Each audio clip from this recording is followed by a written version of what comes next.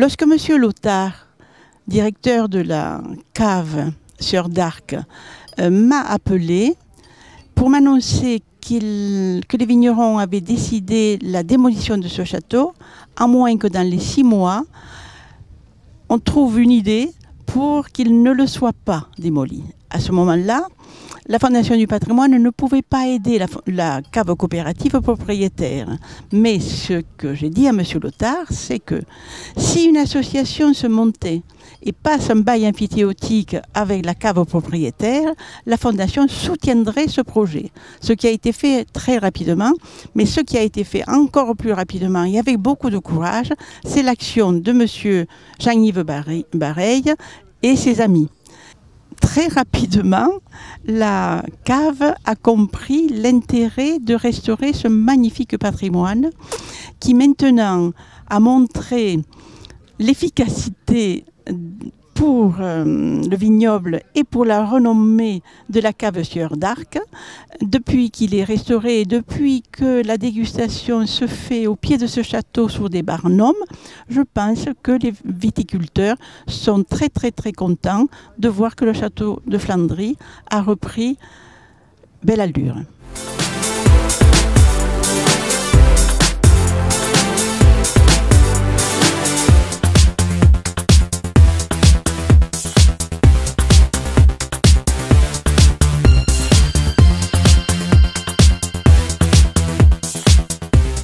Bienvenue à Flandry pour ce banc des vendanges. Bruno Gilles, et pour raison personnelle, n'est pas présent, donc il m'a demandé de le remplacer. Je vais vous dire quelques mots de cette journée. Donc le banc des vendanges, normalement, c'est le départ des vendanges. Cette année, il y a longtemps qu'elles sont commencées puisque la maturité a été extrêmement précoce. Nous avons plus de 110 personnes au total. Après un petit déjeuner aux œufs au plat avec notre seau et notre sécateur, ramasser des raisins. Alors cette année, ils sont particulièrement mûrs et nous les avons ensuite pressurés avec un petit pressoir que nous a prêté Jean Pradier. Nous avons obtenu un jus de raisin très sucré et particulièrement aromatique.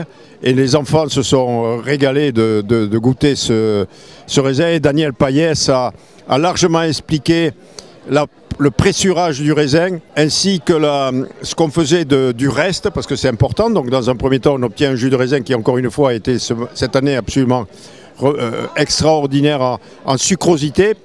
Mais qui dit sucrosité dit manque d'acidité, mais une belle sucrosité. Et il a ensuite expliqué tout ce qu'on faisait des sous-produits, et notamment du marc de raisin, un peu d'alcool, et un engrais organique particulièrement efficace en matière d'enrichissement des sols que fait la cavale, puisque toutes les rafles qui résultent de cette pressurée vont à la distillerie de la cavale. Cette année, donc pour la première fois, nous avons structuré nos visites du château, et par groupe de 10 voire 15, sous l'égide de Christian Justin, nouveau bénévole de l'association qui apporte beaucoup de dynamisme. Nous avons fait visiter donc le château, après avoir sécurisé les lieux. Donc, nous arrivons dans le château avec cette entrée. On n'a pas encore la marquise, puisqu'il y avait une magnifique marquise au-dessus de la porte d'entrée. C'est un projet de l'association de la restaurer. Donc, après être passé dans ce couloir, nous avons monté un très bel escalier dont malheureusement la rampe a été vandalisée, pour arriver au premier étage de ce château et voir la partie sud qui a été totalement rénovée, dont les planchers ont été démolis pour la consolider, parce qu'on a une hauteur très forte. Et l'architecte des Bâtiments de France nous a dit attention, faites les planchers le plus rapidement possible, parce que vous avez des fondations qui ne sont pas très profondes. Et donc, même si vous avez fait la toiture risque de ne pas suffire pour tout consolider. Et à cette occasion, les visiteurs ont pu voir le travail exceptionnel qui avait été fait au niveau de la toiture et des charpentes de la toiture par Philippe Bredin. Et ils ont eu l'occasion de voir ce travail encore de plus près dans les fameuses tours carrées et dans le toit rampant. Et ces tours carrées, on a un travail de bois, enfin sur les bois et sur les charpentes absolument extraordinaire. Donc maintenant le monument est hors d'eau. Et Mme Jaffré nous disait, essayez de faire classer ce monument historique, ça va être difficile parce qu'on n'a pas d'archives.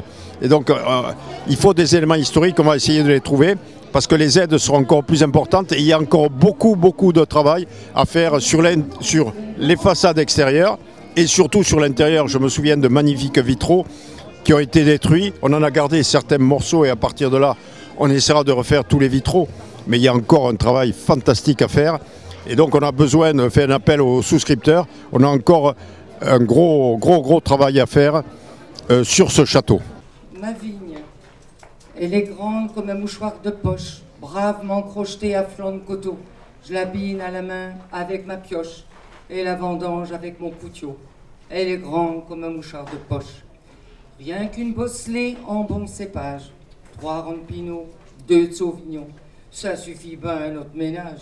C'est grandement pour ma maison. Rien qu'une bosselée en bon cépage. C'est la vigne à défunt mon père, qui la tenait du sien. Dame, c'est vieux et c'est perclus, et puis ça ne donne plus guère. Mais j'y tiens plus qu'à la prunelle de mes yeux. C'est la vigne à défunt mon vieux. Mes enfants disent que je déménage, à me voir dans mes ceps par tous les temps. On m'y trouvera mort, dame, je le gage. C'est bien sûr la promesse des ans. Mes enfants disent que je déménage. Nous avons eu quelques mots des officiels, notamment M. Bouige, qui a bien indiqué que l'association s'occupe du château et va continuer les travaux sur le château, notamment des planchers pour consolider le château, avec la phase suivante très importante pour l'environnement qui sera dans la réfection des façades et des huisseries. Vigneron sur d'Arc s'occupant de toute la partie, bien sûr, vignoble, avec des projets importants là-dessus, notamment l'arrachage du carré des sommeliers.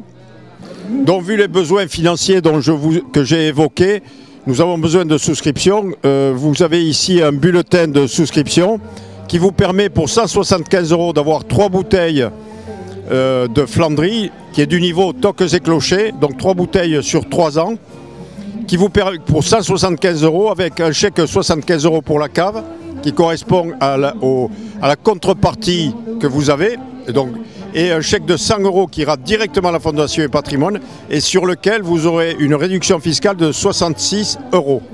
Donc souscrivez nombreux, comme je vous ai expliqué, il y a encore beaucoup de travaux à faire.